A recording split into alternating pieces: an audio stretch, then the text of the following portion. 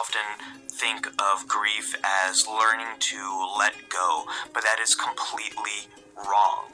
Grief is about learning how to remember, finding a way to make this experience a part of your life as it is right now. One way you can do this is by finding a way to be in the emotional state you want to be in. So if you want distraction, go play some video games. If you want to look at photos and cry, look at photos and cry. If you're feeling overwhelmed, then put away things that remind you of your loss. Whatever you need right now, that's okay. It also becomes really important to strengthen existing relationships. Most cultures have some version of this when you're experiencing the loss of a loved one, where people come together and they help you not only with the day-to-day of what you have to do, but spending time with them can bring some sense of stability to the emotions you're experiencing. People often... Good morning, Truth Sippers. This is your girl, Truth Hurts, coming to you with another video. First of all, happy Wednesday, everybody. I hope everybody's having a blessed, beautiful day. And we're going to get into this video. The first thing I want to say is that I want to thank everybody for supporting my channel, supporting this channel. Thank you to the new subscribers. Shout out to the old subscribers. Shout out to anyone that may be listening that haven't subscribed yet. If you like what you hear, if you like the content, please hit the subscribe button, hit the notification bell, so you can be notified each and every time I drop a video. Once again, I want to thank everyone, especially the new subscribers that pretty much got my channel over 1,000 subscribers. I appreciate it so much, so much. The next thing I want to do is make sure I emphasize the importance of leaving comments in the comment section. As you all know, I am not really ready to go live yet.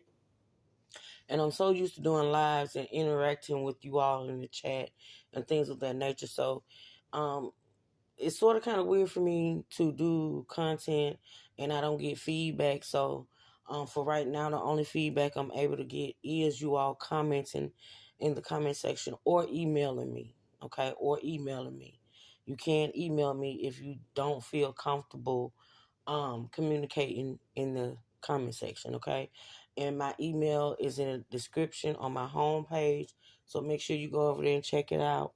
And yeah, hit me up. And the comment section and the email, I want y'all to hit up with suggestions. If you have any suggestions on any particular topic you want me to cover, you can also hit me up with your opinion of the channel.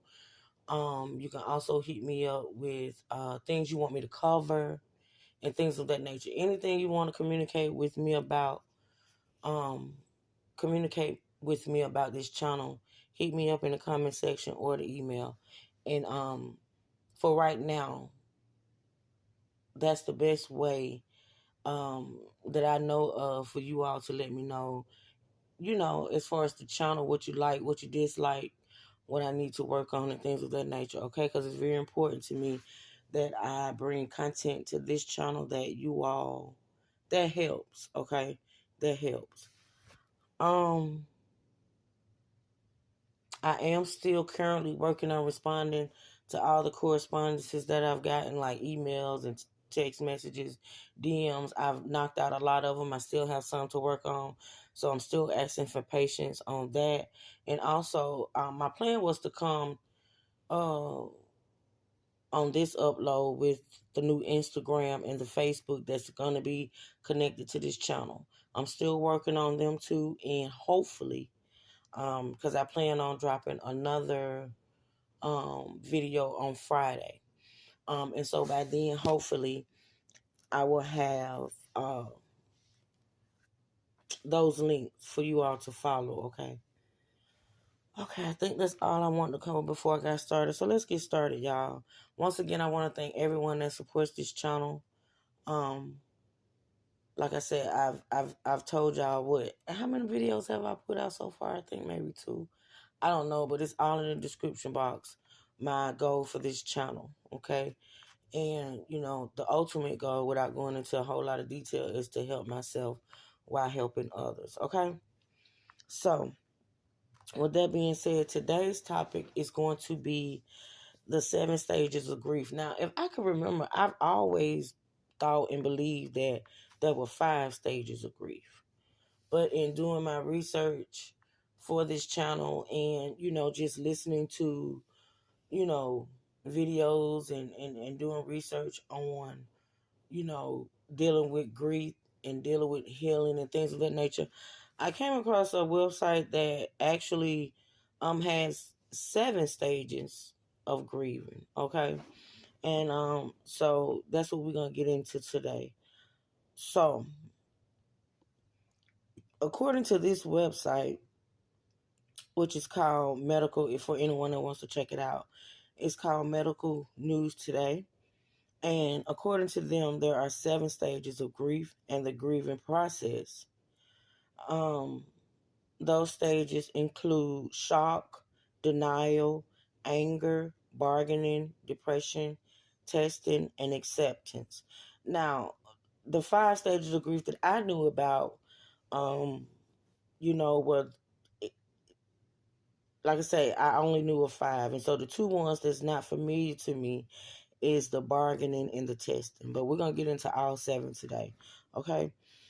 So, according to this website, grief is defined as a natural experience that helps a person process the pain of loss and moving toward healing.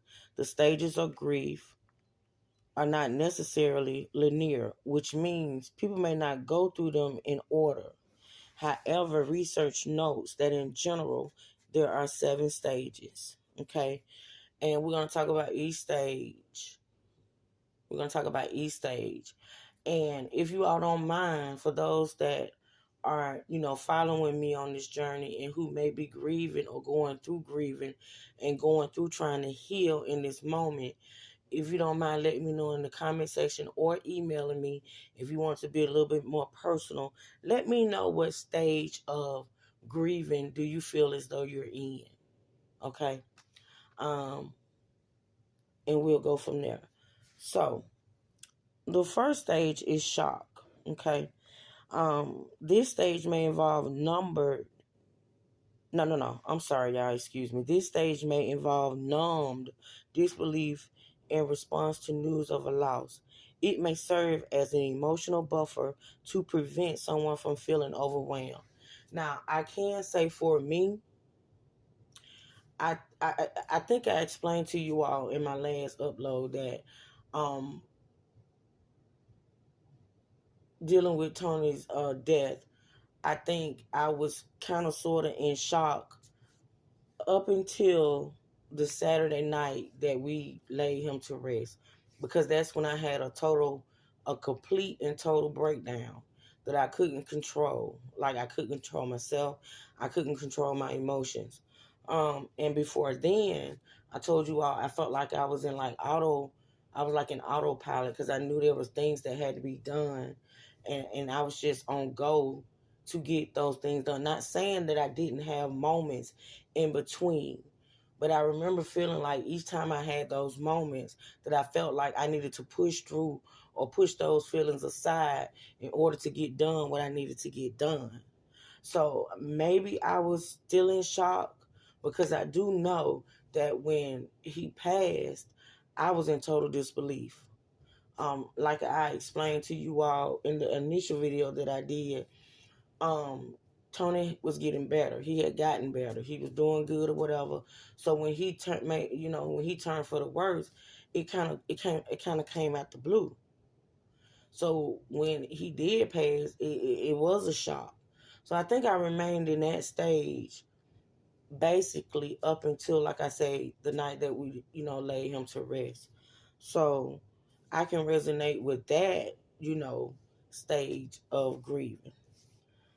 Okay, so moving on, the number 2, and like I said, like I read at the beginning, these stages don't necessarily take place in a particular order according to this website.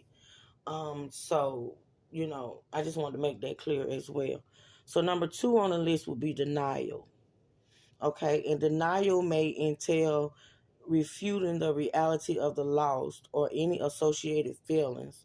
Once an individual accepts reality, they can move forward through the healing process. Now, for me, I can pretty much say I was in denial when it first happened. Like, and to be more specific, I can remember being in denial when I remember the doctors and the nurses coming into what they call the council room at the hospital we was at. Because I remember when they escorted me out of his initial room when they was working on him, I remember them putting me in a room, and I think it was like the council room or something like that. But anywho, I can remember the nurses and the doctors walking in and pretty much basically telling me, they did all they could do or whatever, whatever. And I remember saying no. Like, no, what are you talking about? What do you mean? You know what I'm saying? It was like, I couldn't believe it. And I guess that could be shock too as well. But I basically, was denying that because I remember um, me saying, you know, I can remember me telling the nurse that was sitting right next to me, because it was a nurse that was sitting right next to me holding my hand. And I can remember telling her, can you tell them to go back in there and keep working on him or whatever? I can remember saying that. So, maybe that was my stage of denial. And it does say that shock and denial help people manage the immediate aftermath of a loss. And I do feel like in that moment when they basically told me, there was nothing else they can do, he was gone. I do remember, saying no. I just kept saying no. Like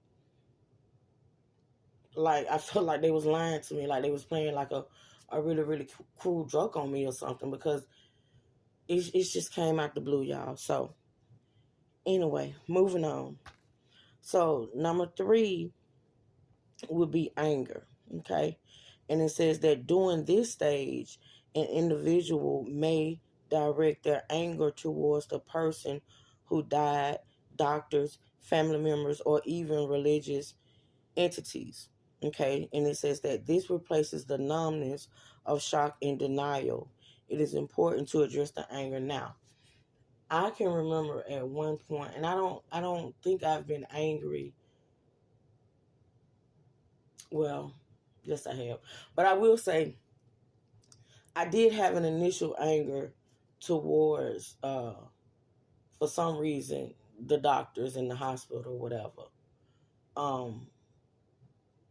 Okay, I remember feeling that. I remember being angry at the initial hospital, because if you all can remember back in um, my video, and I think it's on my other channel. I'm not sure if it's on this channel, but when I told you all that Tony initially went to a hospital here, and then he was life flighted to a hospital in another state, right? So I do remember, and this happened, like I felt these emotions all while planning, his funeral. I felt angry with uh, the doctors, and I felt angry with the hospitals, because I guess I felt like on my brain and in my heart, I felt like y'all could have did this or y'all could have did that, or why this. I do remember being angry about the fact that they you know sent him to a hospital out of state where it was just him and I. you know his family couldn't see him before he passed, my family couldn't see him before he passed, and the fact that I had to leave him there in that state and come back here without him. Like, I literally did not want to leave. The night that he passed, I didn't want to leave the hospital. I did end up eventually leaving after like 4 hours. And then when it was time for me to travel back home, I remember not wanting to leave the state. I remember feeling like I was just leaving him by himself. So I was just angry at the hospital that transported him to that hospital. It was just weird. It was just weird. Um, And I wish I could go into more details, which I'm not. I wish I can go into more details as to why I felt angry towards the doctors. I'm not going to say that I felt like the doctors didn't do all they can, because that would be a lie. It was just something that was supposed to occur with him that did not happen. It was a reason why he was life flighted from one hospital to another.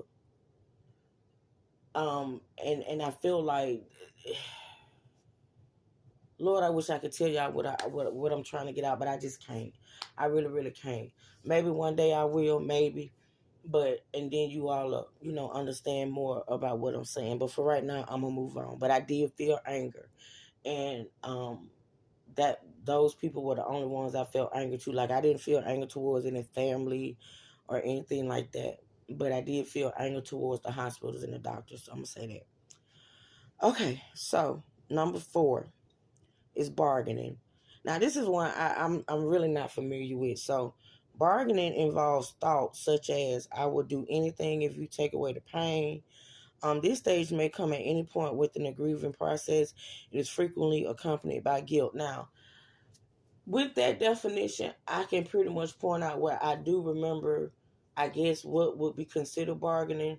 I remember when he first went into distress, and the nurses escorted me to that room I told you I went to. I remember praying. I remember praying to God, and I remember, asking God, if you help him, that I would do this, I would do that, I would make sure he took his medicine, I would do this, I would do that. And I do remember crying out to God, saying that, like saying, if you would just bring him through, if you would just bring him through, I promise I would. It was like, I felt like I was just begging, at that point. I was just begging to say, if you bring him through this, I would do this, I would do more of this. And it was just, so I guess that would have been, my way of bargaining, I guess. Number 5 would be depression. At this stage, a person may experience feelings of emptiness and intense sadness. They may also withdraw from any daily activities and things they once enjoyed. While this stage is difficult, it is necessary. It is a necessary step towards healing.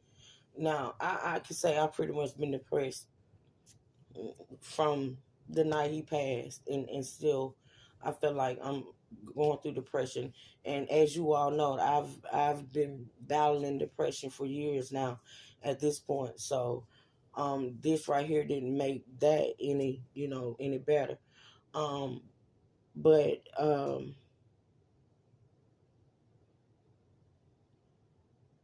as far as withdrawing from daily activities and things I once enjoyed, I'm gonna tell you what's weird about me.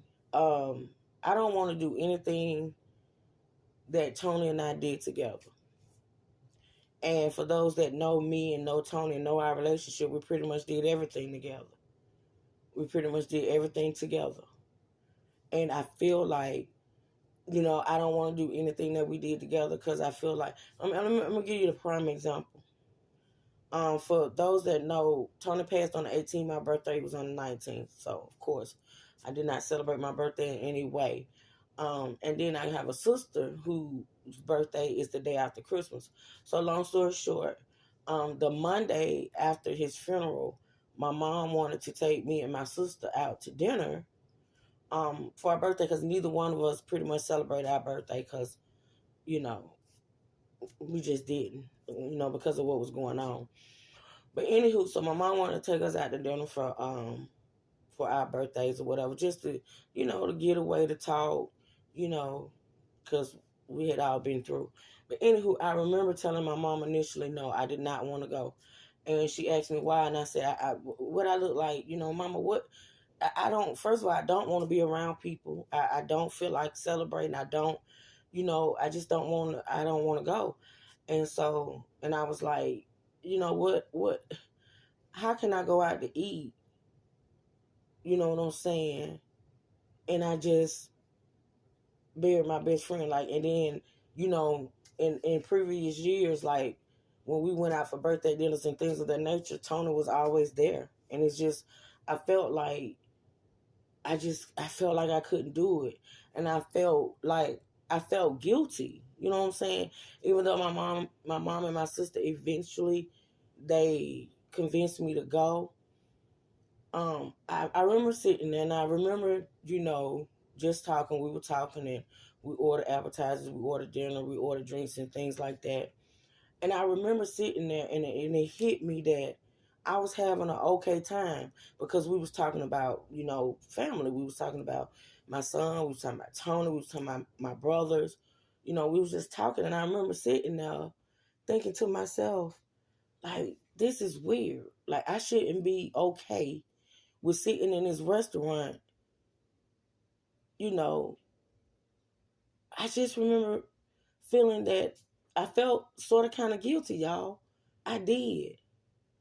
And then it's like I got through the dinner, and then I remember coming home that night, and I just cried, and I just cried, and I just broke down. And I told Tony, I was like, Tony, I'm sorry, like, because I felt guilty for going out, you know, for my birthday dinner, because I felt like, for one, he should have been there, and for two, I shouldn't have been out like that. And you know, it was just weird. It's just weird, y'all.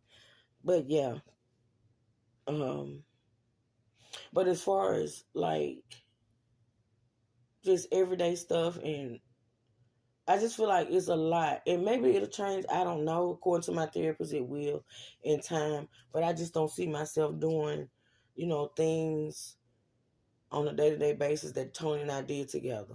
I just don't see me doing them because it makes me feel guilty. It makes me feel guilty. So anyway, number 6, which is another one I'm not really familiar with, would be, let me get to number 6. Hold on one second, y'all. Y'all, so the next one, number 6 is testing. Like I said, this is one that I'm really not familiar with either. Testing is the process of trying to find solutions that offer a means of dealing with loss. Someone may drift in and out of other grieving steps during this time. Testing is the process of trying to find solutions that offer a means of dealing with loss. I'm not really sure if I've gone through this stage yet, finding solutions that offer means. Now, because I haven't, the only like type solutions I can think of, or solution that I could think of as far as dealing with this, is of course my therapy and doing some of the things that my therapist suggests, like for one, this channel. Okay. um Other things that she has suggested I really hadn't tapped into, because it involves, like, you know, basically quote unquote moving on and trying to convince me to do things. Like I told y'all, I told her that I just don't feel like I want to do anything that we did together, which was basically everything, because I just don't feel like I should be enjoying those things without him. So, you know, I haven't tapped into that yet, but um I've tapped into a couple of things that she suggested, like journaling. Cause even though I do this channel, y'all, cause I know, I don't know if I mentioned it to y'all previously, but I used to write in high school and college. I've won essay contests and things of that nature. Back in the day when I was a teen, I had a diary.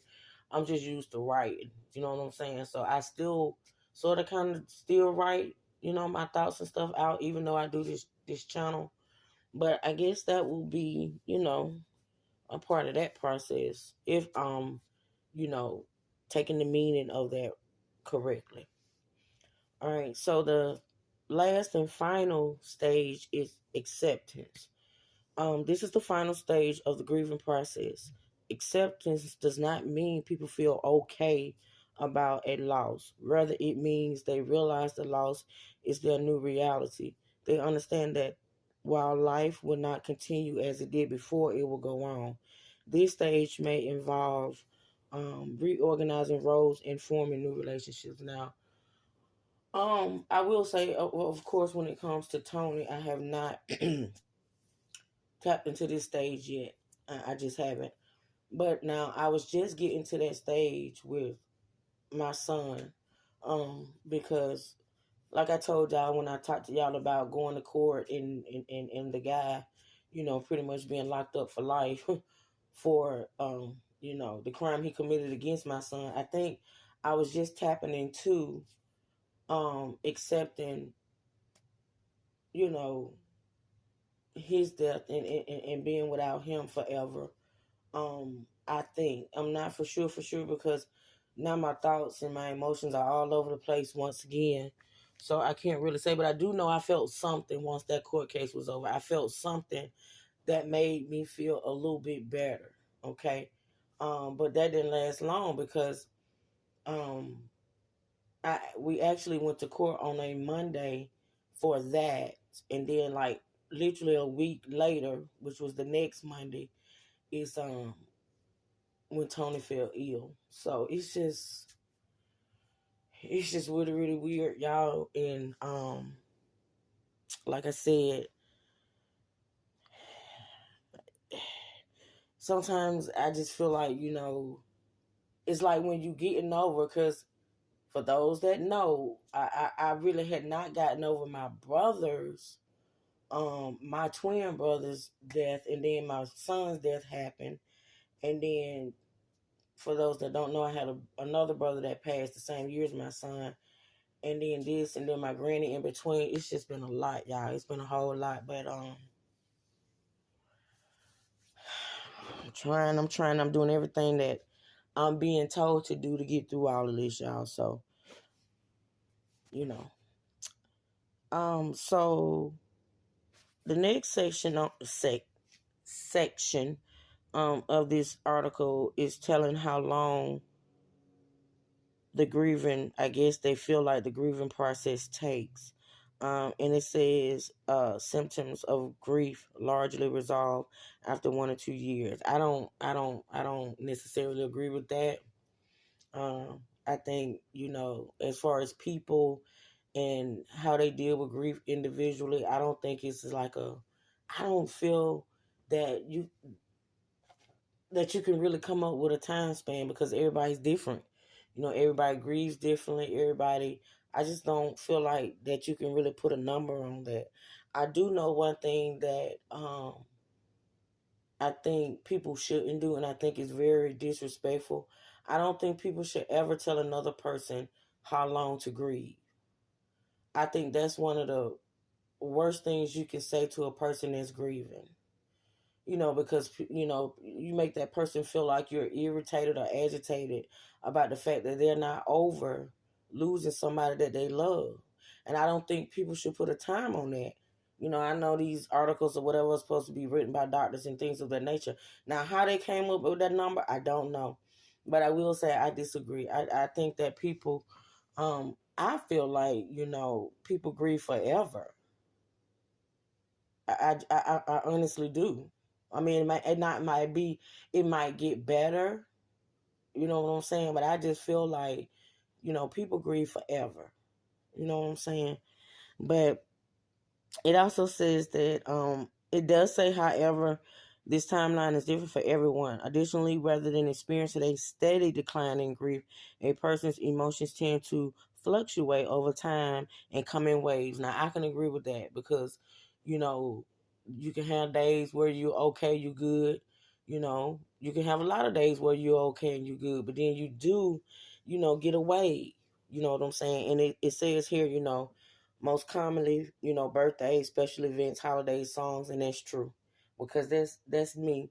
Like, you know, all of those things when it comes to somebody that I've lost and loved, all of those things, kind of make me sad. Like it just does. And at this point with me, it's like something that happens without me even knowing it. For instance, like it could be coming up on it could be coming up on my son's birthday, or it could be coming up on his death date. It could be just coming up, and I not realize it, but it's something that triggers me in my spirit, and then my emotions. And then I sit and think, why am I feeling like this? Why am I feeling like this? And then I realize it'll come to me. Oh, this is coming up or that is coming up. It's like an automatic thing with me. And I don't know if y'all let me know in the comment section if any one of y'all feel that way too as well. Because sometimes I think I'm just a little weird. And a lot of times I think I'm just over emotional. I don't know. But yeah. Um, and I didn't know that there were like different types of grief, y'all. But apparently, there's like different types of grief. And the first one is an I was going to say suppository, y'all. Is it? I think that's what it is. Anti-suppository grief. This is what a person feels when they expect a loss that has not yet happened. It includes many of the same emotions someone experienced after a loss. It's more likely in individuals with dependent relationships or limited social support. That one kind of, I don't know about that one. The next one is normal or common grief. Normal grief is a gradual progression towards acceptance. Although people experience difficult emotions, they retain, the ability to continue everyday activities. They may have emotional distress such as crying, low mood, and longing.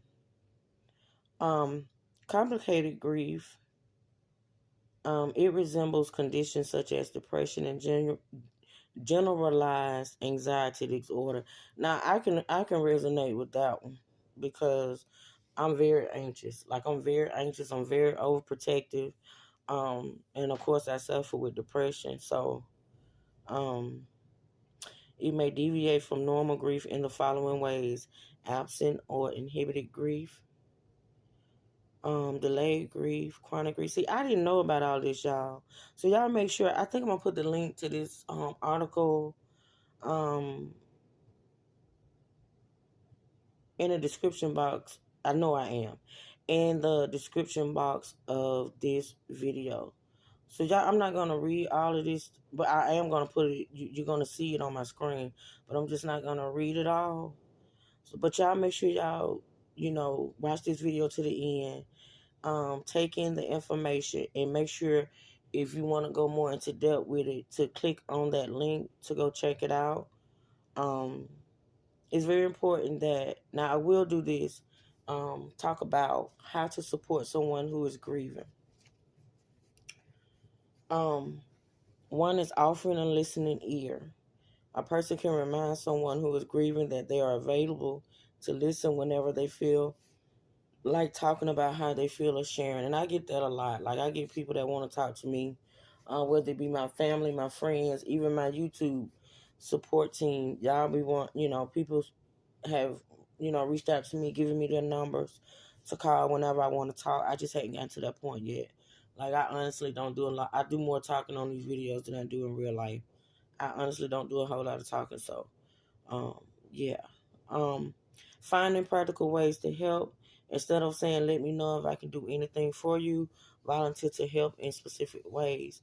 This could involve preparing a meal, running errands, or helping with childcare. And I get all of that for my family. Like I get my parents and my daughters and my friends, my church family, all, I get a lot of that from them. Assuring them that their feelings are valid. Remember that the sadness can linger in some people for quite some time after a loss. Some days will be better than others. And I think people should honestly remember that when it comes to a person that's grieving. Um, because like I say, you can't put a time on it. Um, in grieving, you can have good days, you can have bad days, you can have it's just to me, honestly, it just depends on the person. And I think people should be very, very you know what I'm saying, supportive of, that when it comes to people that are grieving. Also I'm gonna put up also we're gonna talk about resources for grieving. It says support groups may provide companionship, and validation. They can also serve as a source of practical information. It says a person can find groups in their community through community centers, hospices, places of worship, and hospitals. And that's the thing, like, I have a very good tight support system. I have my family, I have my friends, I have my church family, I have my YouTube family, but a lot of people don't have that, y'all. Like, a lot of people don't have a huge support system.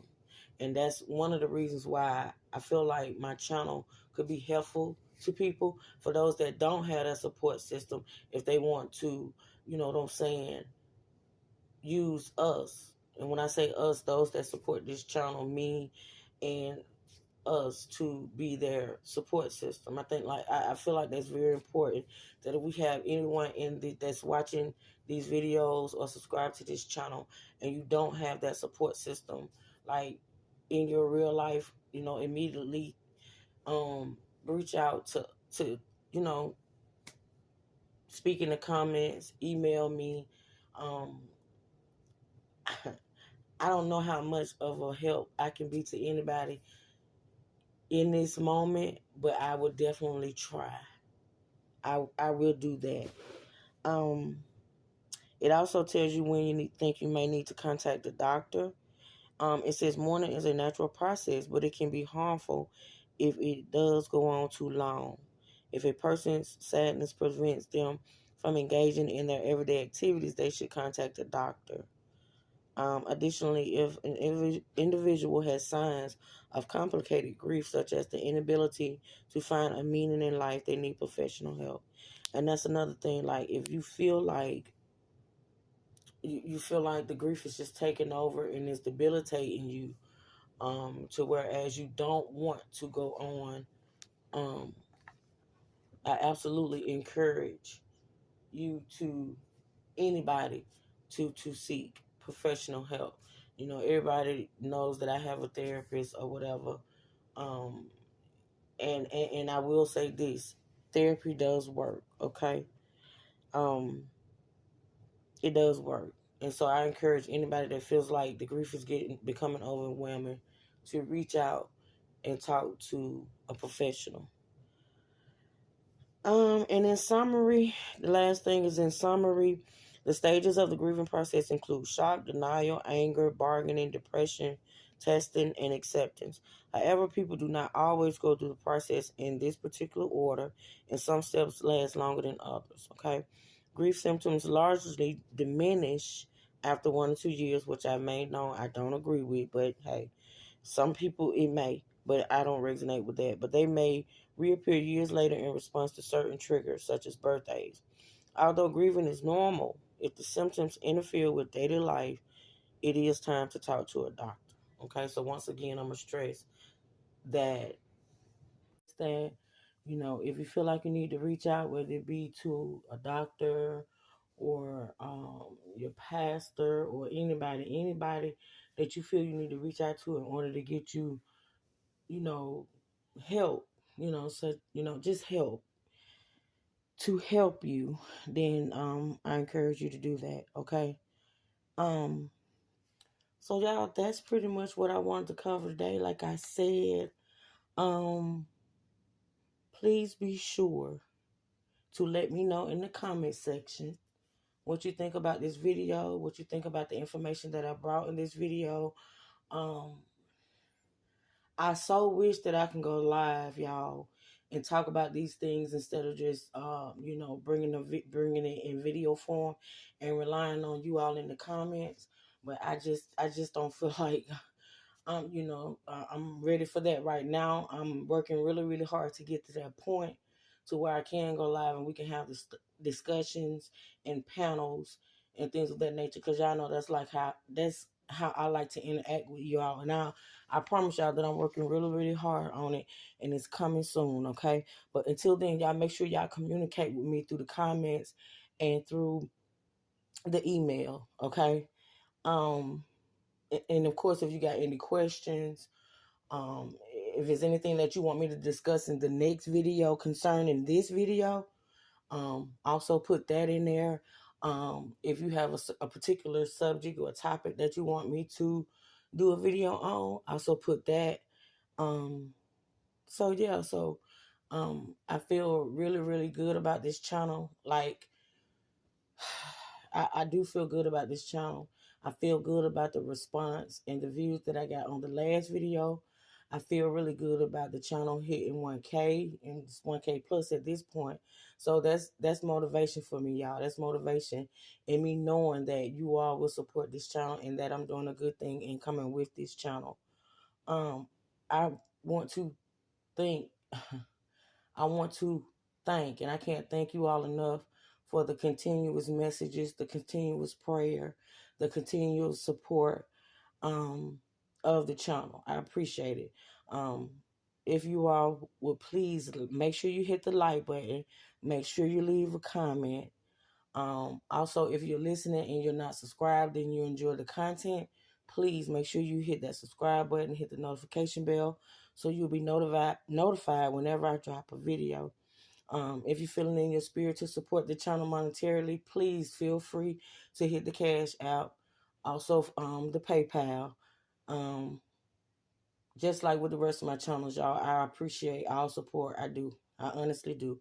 And this channel is no different, okay? So, I think that's about it, y'all. I feel pretty good about this video, and hopefully it'll help someone. Hopefully it'll help someone. If one person, that's fine with me. But I would really love for this channel to help, okay? So with that being said, y'all, I'm going to get off of here for today. Like I said, I plan on dropping another video on Friday. If not before then, like I say, my plan is to drop a video every other day. And if I'm up to it or if I have the energy or whatever to do more, I will. I'm just starting off like that to work towards, being able to drop more and to even go live at some point. So that being said, yeah, I love y'all to death. I really, really do. Shout out to the True Sippers. Shout out to the State Gang. Shout out to my new subscribers, okay? Shout out to all of you all. I love y'all and I appreciate y'all so much. And yeah, your girl is working really, really hard to get better. And I know that's gonna happen because, like I said, I have a very strong support system in you all, as well as my family, my church family, and my therapist, and all of that. So, and I do want to stress again that if you don't have that support system in your real life, please reach out. If I can't help you, I'll try my best to find somebody that can help you, okay? So with that being said, y'all, I'm going to get off here before I keep talking. I love y'all. I appreciate y'all. Y'all have a blessed, beautiful day. Please be safe. Y'all, please be safe, okay? Be safe, be blessed, and never stress. And until next time, y'all, True Sippers and State Gang, stand up, okay? And we out.